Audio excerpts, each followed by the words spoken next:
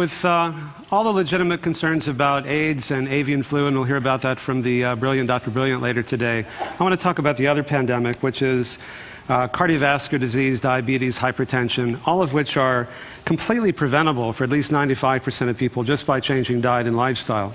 And what's happening is that there's a globalization of illness occurring. The people are starting to eat like us and live like us and die like us.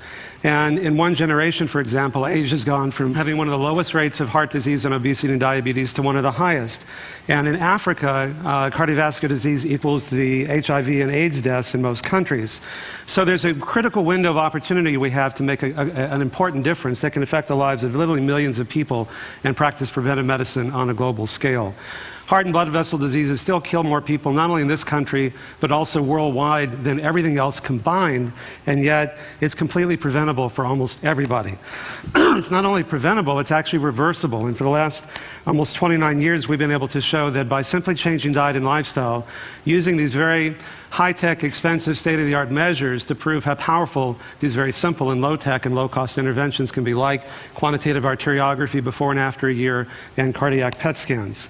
We showed a few months ago, we published the first study showing that you can actually stop or reverse the progression of prostate cancer by making changes in diet and lifestyle. And 70% regression in the tumor growth or inhibition of the tumor growth compared to only 9% in the control group. And in the MRI and the MR spectroscopy here, the prostate tumor activity is shown in red. You can see it diminishing after a year. Now, there is an epidemic of obesity, 2/3 of adults and 15% of kids. What's really concerning to me is that diabetes has increased 70% in the past 10 years, and this may be the first generation in which our kids live a shorter lifespan than we do. That's pitiful, and it's preventable.